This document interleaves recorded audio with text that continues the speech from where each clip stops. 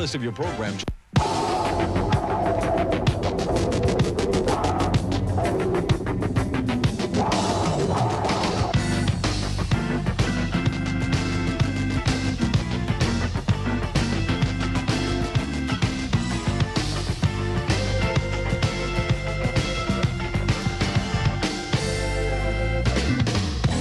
New York, accessible by air, rail, bus, and getaway car.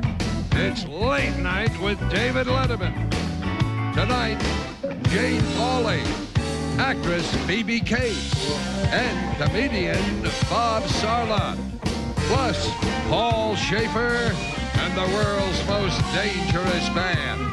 And now, a man who can't convince the French that he's a genius, David Letterman.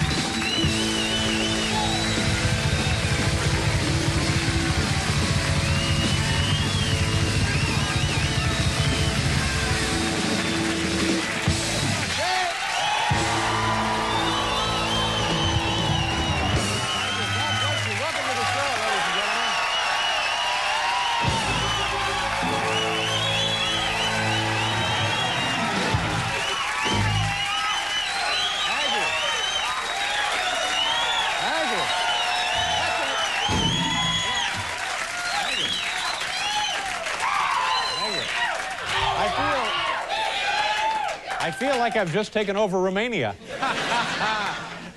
You know that feeling you get when you figure something out for yourself, when you solve a problem, when something happens to you, and in a few minutes later you found out a way to deal with it? It's resourcefulness. And you know that feeling of pride that washes over you when that happens? You know what I'm talking about? I'm walking to work this morning, and I get about halfway up the street, and it occurs to me I've left my sunglasses back in the house. And then a couple of seconds later, it hits me. Just squint. So, well, according to a report in today's Washington Post, priests inside the papal nunciature, that's where Noriega is now, the papal nunciature, priests inside the papal nunciature are taking confession from Manuel Noriega in round-the-clock shifts.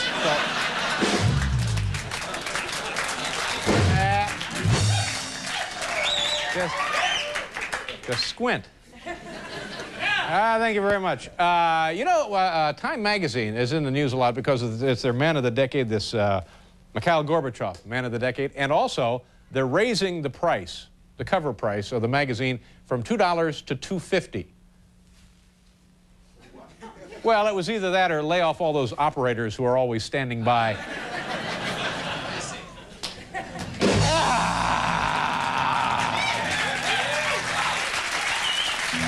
Is everything all right? Is everything all right?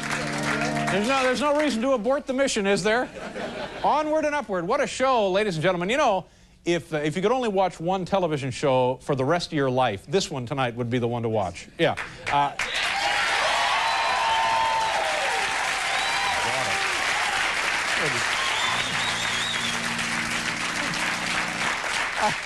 I don't know what's more discouraging, when they don't buy it or when they do buy it.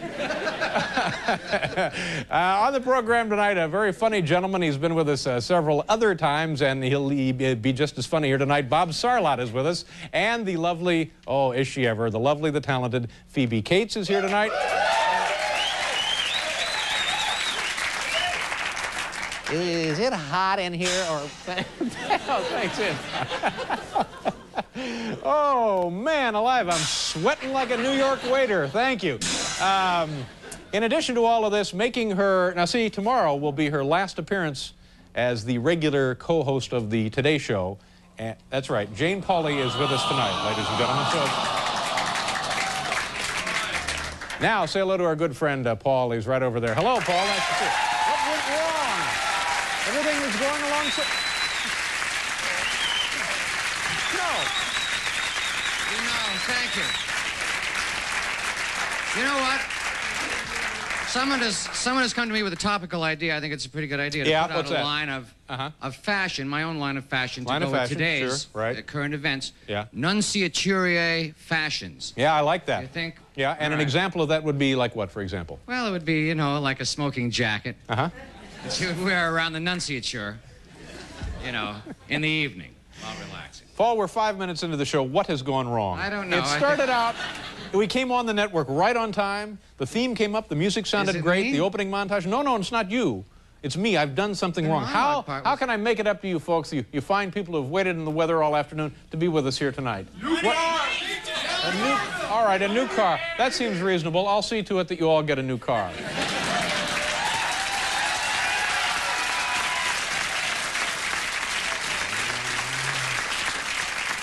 By the way, Paul, did you get your holiday tie from SpaghettiOs? Here it is. Look, it's a joke about my tie. Now things will take off. Yeah. Jane Pauley is on the show. This is kind of an emotional day for everybody because this woman has been the Today Show for 13 years. She took the job, I guess, 13 years ago. That would be what, 76? Yeah. December of 76? And she's been there nearly every day since. It's hard to imagine the Today Show without Jane Pauley, isn't it? Yes, it is. So it's a little kind of a sad moment for us tonight, but she's on to bigger and better things. We wish her the best. Yeah, and we're a little nervous about this, aren't we? About bringing her out tonight and talking to her? Yeah. Well, what do you mean we, white man? You know. I'm looking forward to seeing it. Yeah, so am I. Let's see. You know what it's time to do now, ladies and gentlemen? It's time to rotate the guest chairs. Boys, come on out and take care of that. We do this every year, and we thought tonight that we'd share with you this procedure. Let's do this as quickly as we can. Rotating the guest chairs. Here we go. As quickly. There's chair number 1, chair number 2.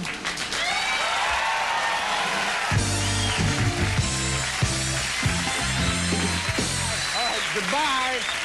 Goodbye. Okay. Yeah. I feel like a complete jerk because, you know, the staff, as a lovely gift to me for Christmas, gave me a car phone. And I've been using it. And if you feel like a jerk without a car phone, you feel like an even bigger jerk with a car phone. What do you mean? Well, for one thing, I got to get the number changed. I keep getting a lot of calls for Mr. Goodwrench. How about that? There's that one, and then the joke about the tie. So, yeah. Let's do the top 10 and then warm up the car, and I'm out of here. Ladies and gentlemen, timely as today's headlines, top 10 ways 1989 could have been worse. Top 10 ways 1989 could have been worse. Fair enough. In many ways, it was a very odd year, wasn't it, Paul? Yes, it was. But I think that could be said for almost any year, don't you? Yeah. It was an odd year, and yet it probably could have been worse. Top 10 ways 1989 could have been worse. Here we go, number 10. The Exxon Valdez could have been loaded with Cher perfume. Well, you see, right there, that would have been a...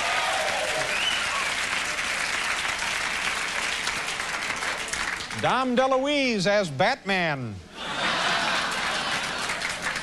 Number 8, Penthouse, Leona. Enough said. Number 7, a Gabor brother. Number 6, entrepreneurs could have been selling souvenir chunks of Irving Berlin. See, thank God. Hey, and thank God they weren't. Am I right? Yes, sirree. Number 5, Ernest might not have saved Christmas.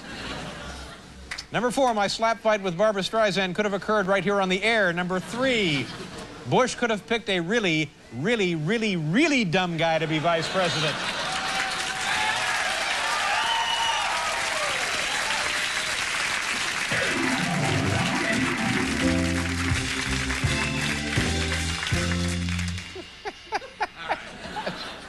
I got thrown off there. Yes, white man? I was...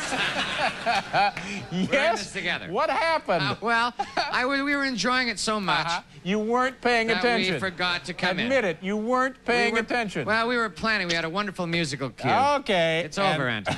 No, that was number 3. Number 2. Oh. Number 2. Oh, it's not over. No, it's not over. We're at number 3. Oh, there's 3 more to go. Yeah.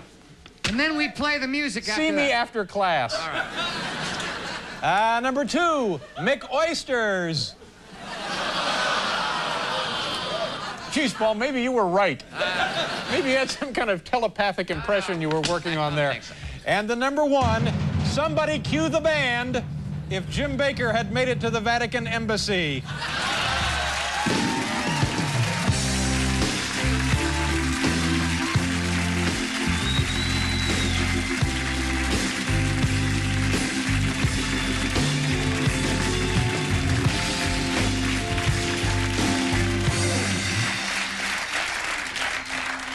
Hi, how are you?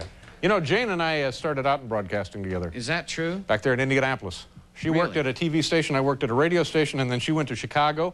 I went to, I guess I went to California, and here we are tonight on the big show together. And tomorrow's her last day. Tomorrow's her last day. So no wonder you're a little choked up about it. Yeah, a little nervous. I am too.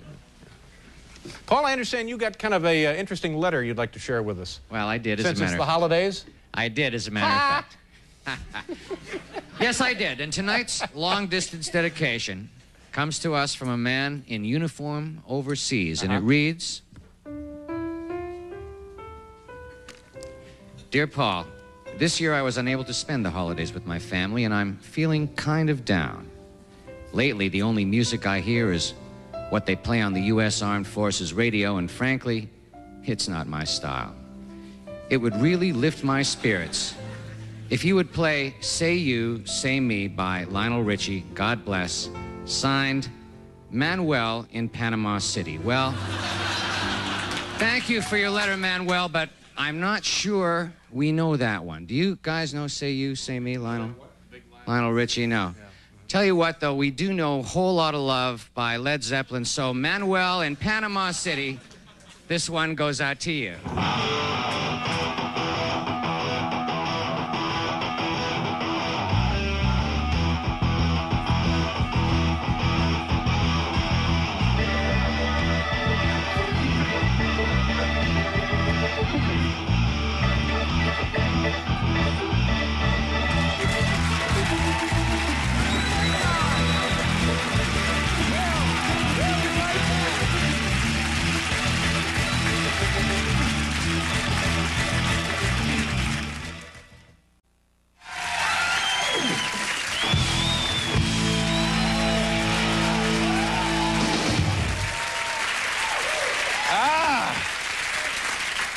I just took a second there to enjoy a sip of my beverage. What are you enjoying? You know, I don't think there's a man, woman, or child alive today in this country who doesn't enjoy a lovely beverage. Okay. Our first guest tonight is one of the warmest and most popular figures in the history of American television.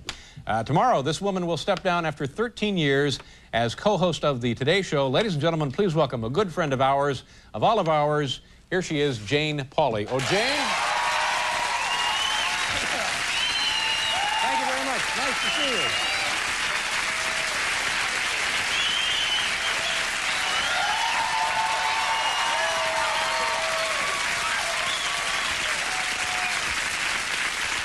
You look great.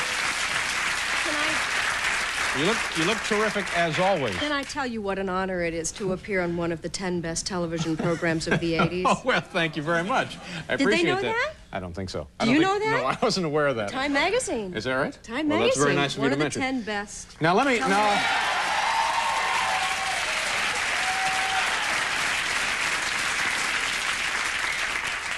and we're proving it nightly. Now, you've got about 3 days left we're here. out of the category. Sure. Right. Now, let me just say, were this me, if this were me in your situation, or me in my situation, similar to your situation, I know, I'm nervous. You'd look funny in this, and I'd look funny in that. Actually, I think it looked pretty nice in that. Well, but I don't know that the night before my last show, I would, feel up to coming on a little two-bit deal like this.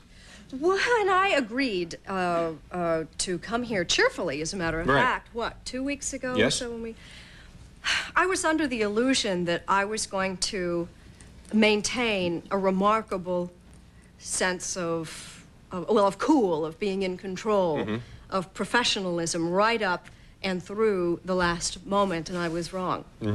I was wrong. This morning, to be perfectly honest, it hit me. It's like I've wondered all along if there wasn't a little part of me that hadn't been told yet. Right. She got wind of it this morning, and she's not happy. Well, it's a difficult thing to do, It's to really leave hard. a situation you've been in and successful in for 13 years. Even though I am really excited about what is coming next. And let's talk about that. What is coming next? Now, I know you're going to be doing primetime shows with you and your friend. There's a primetime special that I have already started to shoot, as a matter of fact. So in a way, the future began about a week ago when I started shooting a segment of a special which will be on the air in March. And you and Tom had a little deal on last night? Tom and I had a little deal on where we kind of summed up the 80s together in 44 minutes. And, well, just the highlights. Now, what is the topic of the special in March? Changes, imagine that.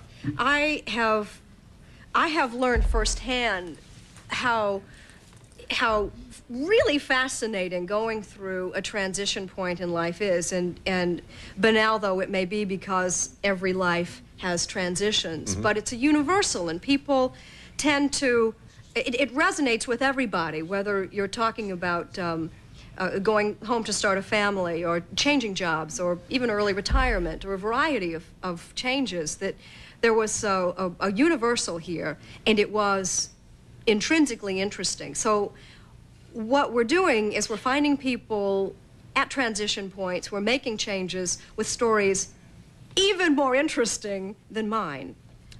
Manuel would be a good choice, for instance. He's not going to make this. Let me ask you a couple of questions about the change that you have now come through. You're leaving the Today Show, 13 years there. You must have good thoughts about it and bad thoughts about it. But I don't have bad thoughts about it. Either way you look at it, you must be happy you're not going to have to see Willard's fat ass every morning. Am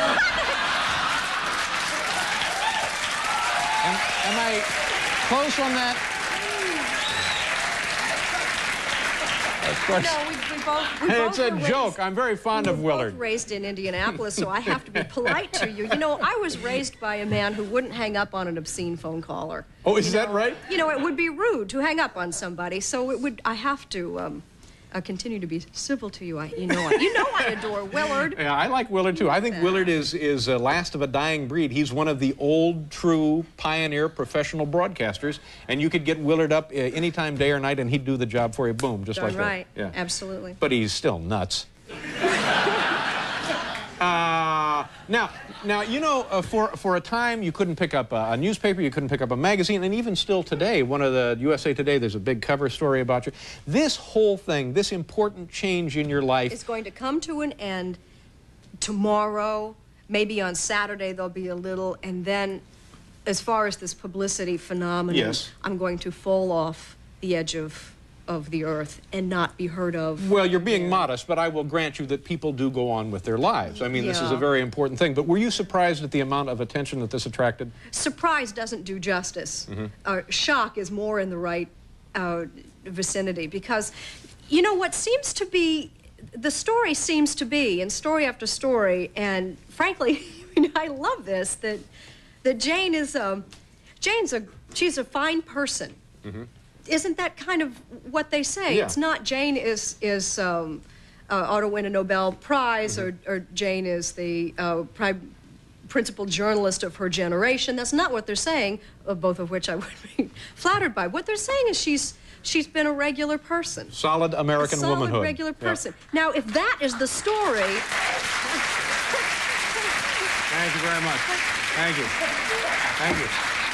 I like to think I had a little something to do with that. Never mind if it's true or completely off the mark.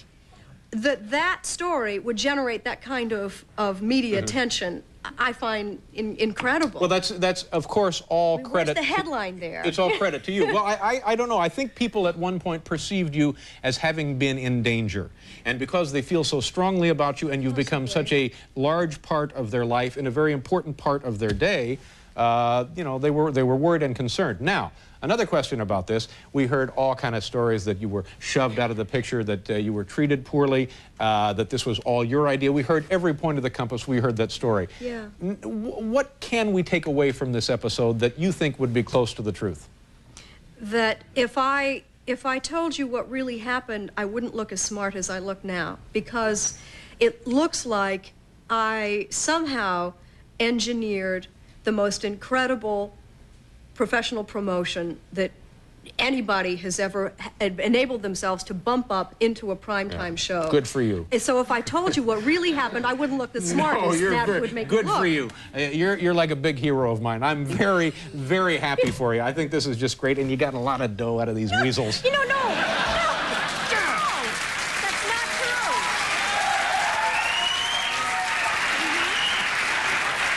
No, the funny part of the story my is impression I was is trying to give the money No, back. I know, but see, my feeling is, my impression of this is, you got everything you wanted, plus a lot more money. Well, so there you go. No, it was a matter of having to console myself with not getting what I wanted. But the consolation was, you get this nifty new primetime show, and you get to keep the money. Yeah. You know, so I was able to accept that, you know, total victory was not necessary. That's not the name of the show, by the way, is it? Total victory? No, the nifty new primetime show. We got to do a commercial. We'll be right back here with the lovely Jane Pauley.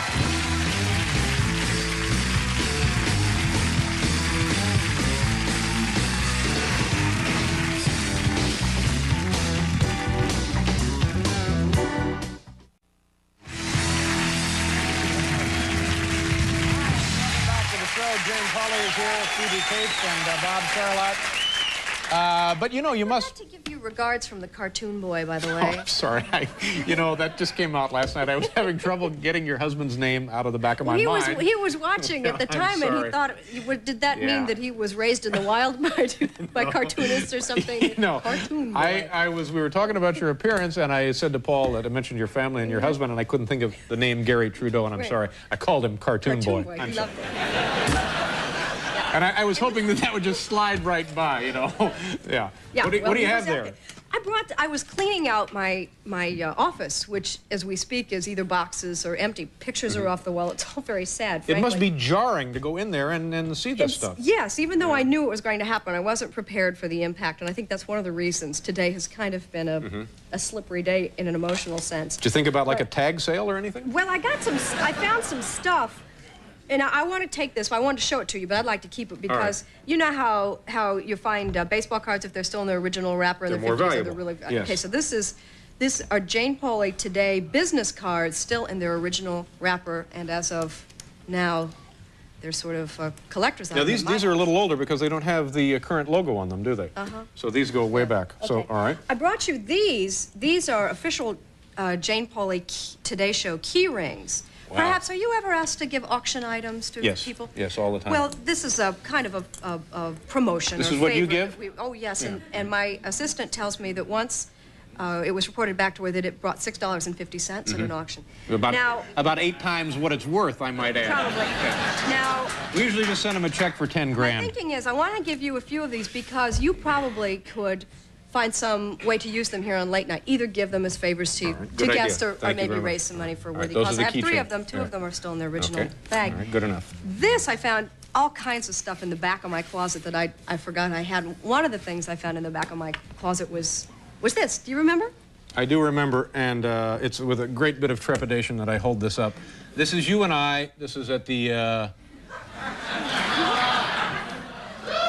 I had just walked away from an honor farm moments before police apprehended me. And we're both riding goats. Yeah, this was the Indianapolis Children's Museum. Exactly. You were doing a segment of the Today Show there. Yeah, this was probably 10 years ago. Easily 10 years ago. 10 years ago, and the inscription says, "Dear Jane, honestly, should either of these people be on network television, let's go back before it's too late." Yeah, that's kind of cute, isn't it? That really is. Yeah. This was all back in Indianapolis. Now, tell me about the first Today Show you were on. That's a silly question, but who was on? Who did you interview? Who did you talk to? I haven't the vaguest idea. Yeah? I really don't remember. In 13 years, I'm pretty sure there are entire years that I have forgotten. Yeah. You know how it is. You go through school. If I said third grade, how many details? And you spent a year there. How many details? Maybe it's the 8th grade that you have forgotten. Sure, yeah. It's possible that It depends when you did your drinking. But also... what you're going to remember. What are the moments that you sometimes will dwell on and think, boy, I was really very lucky to have been a part of that? There was that day, if there was a show, the biggest ego boost and perhaps my fondest, and it was so sweet, was the day we did the show aboard the aircraft carrier, the Coral Sea. The fact there were 4,000 sailors and me. Ooh. Yes, I was Brooke Shields for a day. Yeah. But that was, I treasure that. What did Cartoon Boy have to say about that? The Great Wall of China, to be able to say you broadcast a show from the Great Wall of China or live from the Roman Colosseum, that kind of thing, you know, and I do remember those vividly. Yeah, but I think we have to be careful here to point out that while you did those things, you'll continue to do that kind of thing. Do you think so? Oh, absolutely. Really? I think that this is the beginning, and change is ever so important. And again, I can only congratulate you for having the courage to live through it and come out smelling like a rose and to control your own fate in this business. Thank you so much. Nice to see you, Jane. Good luck to you. Jane Pauley, oh, we have flowers. Please, where are the flowers from Miss Pauley?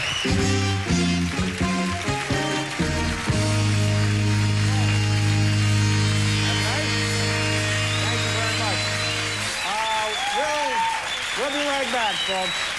Thank you.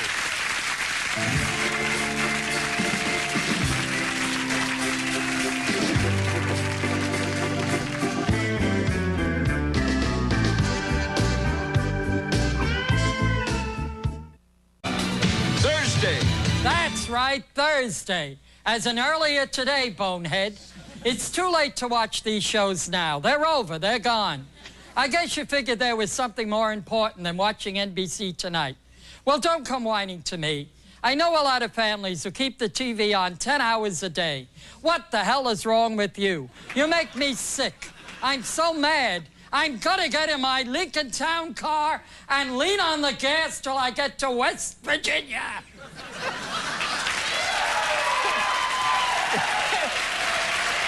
West Virginia. Gonna get in my Lincoln Town car and lean on the gas? West Virginia! Kind of a Durante thing. Walter Mondale was the first person she interviewed on the Today Show 13 years ago. Tom Brokaw and she were co-hosting the affair, and Walter Mondale was her first guest. That's interesting. There you go. Jane Pauley, 13 years. Broadcasting history ending tomorrow. That's right. Yeah. Unbelievable. Yeah. Well, I'm all for her. I think she's money in the bank. Absolutely. Yeah. Pay dirt, solid gold. Coming up in this half hour of the program, Phoebe Cates will be joining us, a lovely, talented actress. Phoebe, well, yeah, now I'm not sure she'll come out. All that caterwauling. Also, Bob Sarlatte. Tomorrow on the program, get something to jot this down with. Here we go. Guest number 1, Paul Reiser. Guest number 2, world's oldest acrobats, Ronaldo and Karina. Guest number 3, Jimmy Cliff. This is one of those 90-minute jobs. Is that right, Morty? Guest number 4, Bjorn Nitmo.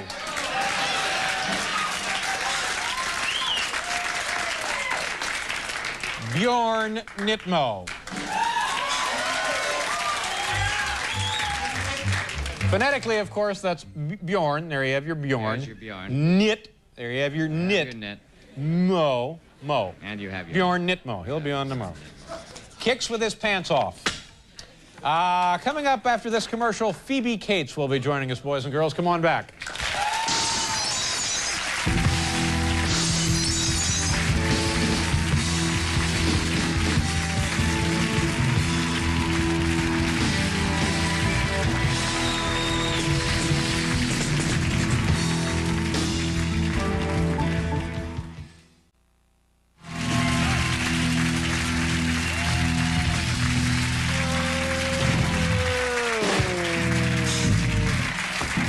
And also, I'm told now that 13 years ago, when Jane came to New York City to audition for this job, Paul, one of the people on the crew conducting her auditions was one of our stage managers, Jeff Samaha. He nice auditioned job. her? Yeah. She remember that? Yeah, she didn't remember it. No. Yeah. How do we know you're not lying about this? Oh, thing? no, I do remember. Yeah. Yeah. You do remember. Was she good then? She was excellent. Yeah. And did you say to yourself, there she is. She's got the job. Solid gold, pay dirt, money in the bank. Here we go. I did. Yeah. And I picked her. So are you sorry that she's leaving? Very much. I think you can't be an American and not be sorry. Absolutely. Plus, I don't believe that there's a man, woman, or child alive today who doesn't enjoy a lovely beverage. That's definitely true. Did I just get here? Yeah, Boy, we'll be lucky to have this job for 13 years. We won't, of course. Weasels. Weasels will see to that. I don't. Our next guest is a charming actress whose films include Gremlins and Bright Lights, Big City. She is currently performing in The 10th Man at the Vivian Beaumont. Oh, have you seen what they've done to the Vivian Beaumont? It's lovely. Down there, Oh, you got to get up there. At Lincoln Center, right here in New York. Ladies and gentlemen, please welcome back Phoebe Cates. Here she is.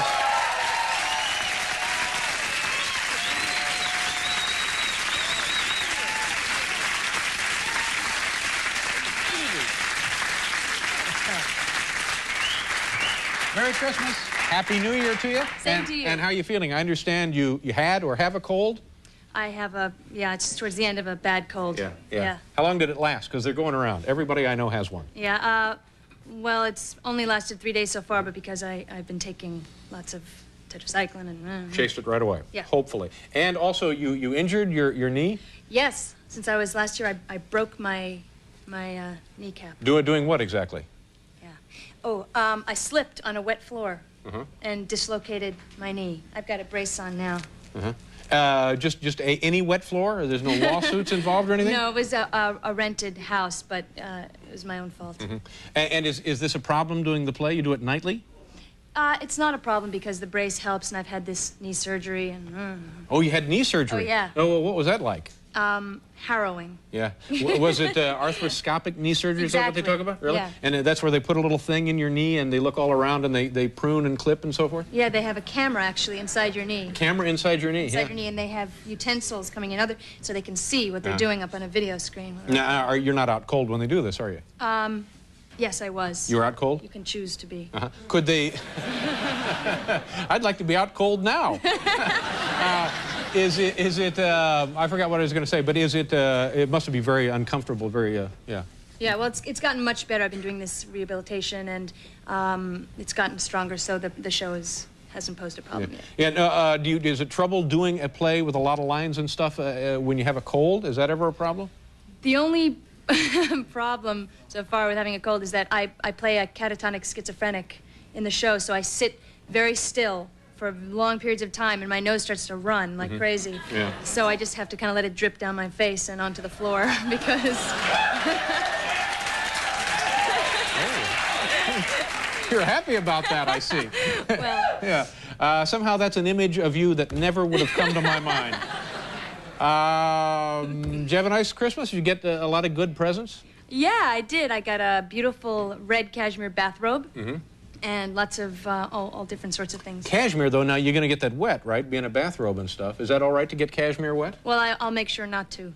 But what good's a bathrobe if you can't get it wet? You don't only put on a bathrobe when you get out of the bathtub. Yeah, but also what about this stuff dripping out of your nose? Isn't that going to be a problem? This thing, I don't know.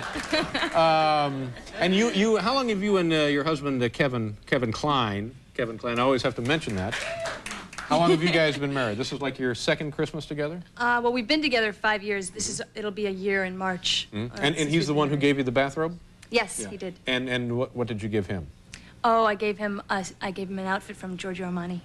Ooh, kind of a suit-like chic deal with a scarf and a cape? No, nothing like that. I don't know. I don't even know what outfit from Giorgio Armani means. Just a sports jacket and some pants and a nice sweater. Yeah, like an outfit. Yeah. And do you guys give each other a lot of gifts, or is it just like one special gift, or how does that work? We give each other a few gifts. We don't have like a huge Christmas. What's the worst gift this guy has given you? Well, funny you should ask. Last Christmas, he wanted to I did Romeo and Juliet last year at the Goodman Theater in Chicago, and he wanted to get me a gift that would sort of commemorate my playing Juliet. So I thought it would be a glass figurine or something. It ended up being this enormous thing that when I took the sheet down and my friends who were in the room screamed. It was so, well, imposing. And it was a hat rack that was supposed to look like me. And it had a face that was sort of shaped like that. Right. And then it had this hair, this really kinky hair. And it was horrifying, actually. And then it had like sticks coming out of the body that were supposed to be put hats on. And he had commissioned this work for you? He commissioned it, and it was actually, the work on it was really beautiful, but it didn't look like me at all, and it was scary. Yeah, well, it sounds like it might frighten small children especially. So we exchanged it and got some other things by the same artist and got some beautiful dolls. Now, did that create friction in the relationship, or were you able to say to him, oh, this, you know, it stinks, I don't want it? I said, get it away! And that wasn't a problem? No. Yeah. Yeah. Is it just me, or are you the cutest human being alive? I don't know. Let's see, where else? Where were we? Oh, what'd you do before you got into acting and modeling and that kind of stuff? Did you have jobs before you got into... I had so many different kinds of jobs. I was a plainclothes security person. Really? When I was 11 in a drugstore. You were 11? The Gallery drugstore. Were you carrying a gun? No. I just had to sort of pretend I was shopping and spy on people and then get to report them when I saw them stealing things. Right, but you're just a kid. You could be in grave danger. Not really, because they would sort of take care of it. I didn't actually say, like, put that down. Yeah. I did have to go to the cashier. You didn't have to bust up holdups or anything? No, nothing like that. And how long did you have that job? I did that 2 summers in a row. Where was this? That was at the Gallery drugstore on East 60th Street. What was your first sort of professional deal where you were acting and getting money for it? What was that? I guess it was... No, it wasn't that. It was I got cast in a series that ABC, they did this big, search, and I got cast. So it was a real big deal for you? Yeah. You know, now that Jane's gone, I could probably get you on the Today Show. Paul, a little music, please, for our friend Phoebe. Where the big apple flowers?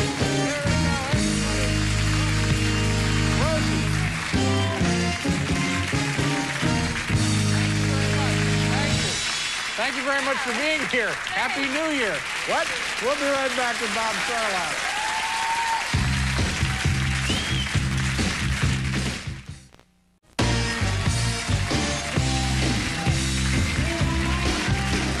Okay. You know, our next guest is a regular visitor to our little program here, and he will be performing next week. That's January 2nd through the 6th at the Punchline, located in San Francisco. Ladies and gentlemen, please welcome a very funny man all the way from the Bay Area, Mr. Bob Sarlatte. Bob!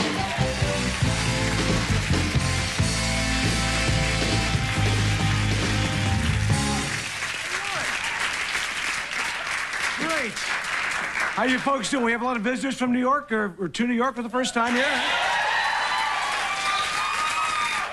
I love this city. New York's the only city in America where at the end of every rainbow you'll find an empty pot of gold with a chalk outline of a leprechaun. It's, Thank you. Please, sit down. Thank you. You folks enjoying Christmas? You have a good Christmas? Huh? Great Christmas for me and my kids. I got 2 girls, 4 and 6. They're very much into Christmas, very much into Santa Claus, except they're a little bit afraid of the guy. I think for good reason. I mean, even as adults, how'd you like a guy that sees you when you're sleeping and knows when you're awake? That's why a lot of people carry firearms, I think. Thank you. You're beautiful. Thank you. Thank you. Speaking of a guy who knows firearms, how about that Manuel Noriega, huh? What a guy. Here he is holed up in the Vatican embassy, and no one's claiming the guy. Hard to believe, I know. And I tell you what, if nobody claims this guy, there's a real possibility he may spend some time in the Vatican with the Pope. Boy, I mean, that'll probably go over pretty well, won't it, huh? Listen, Your Excellency, a nice place, beautiful pictures, but where the hell are the broads? Well, you guys a little, what's the deal here? It's been a great year for international diplomacy. This is the year the Berlin Wall came down, which is, I think, a very nice thing. Also, yeah, sure. I think the greatest thing about the liberation of Eastern Europe, we can finally all make that pilgrimage to the homeland of the Gabors. I think, which is kind of nice. On your right, the birthplace of Magda, the forgotten Gabor sister. This is the year that Jim Baker finally got hammered. That's good news, I think.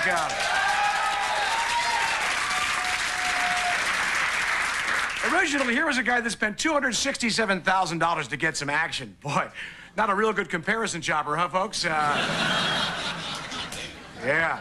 What is it, 44 years in jail and losing a multi-million-dollar empire. I think the only upside of prison for Jim is now his roommate's a little better looking.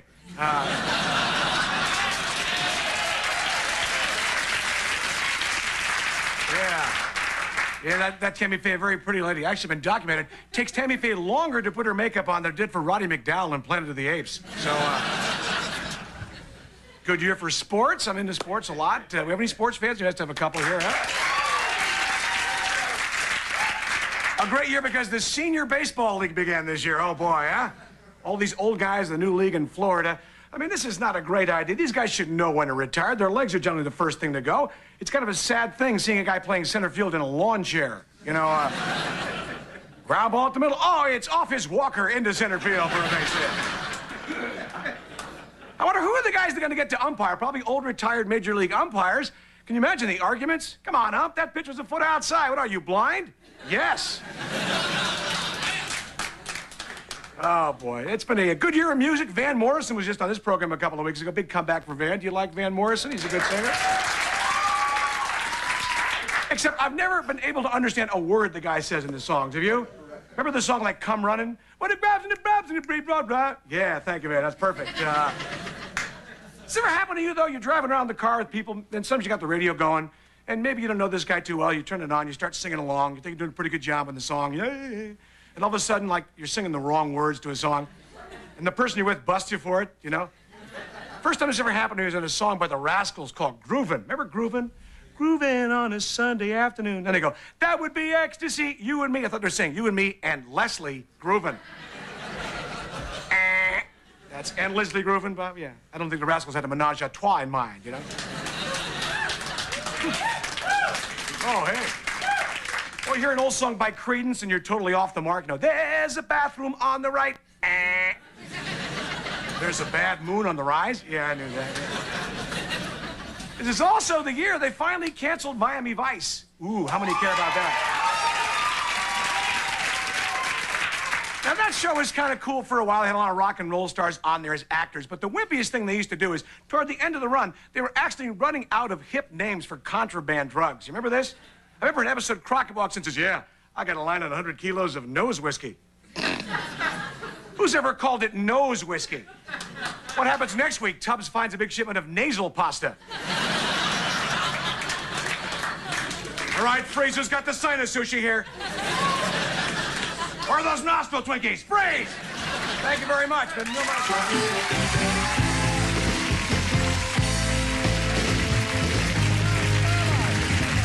We'll be right back. Have a seat here, Bob. Put your feet up.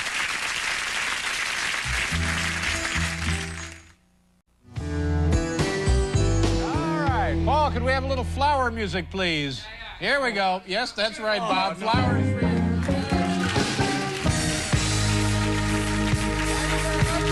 Thank you.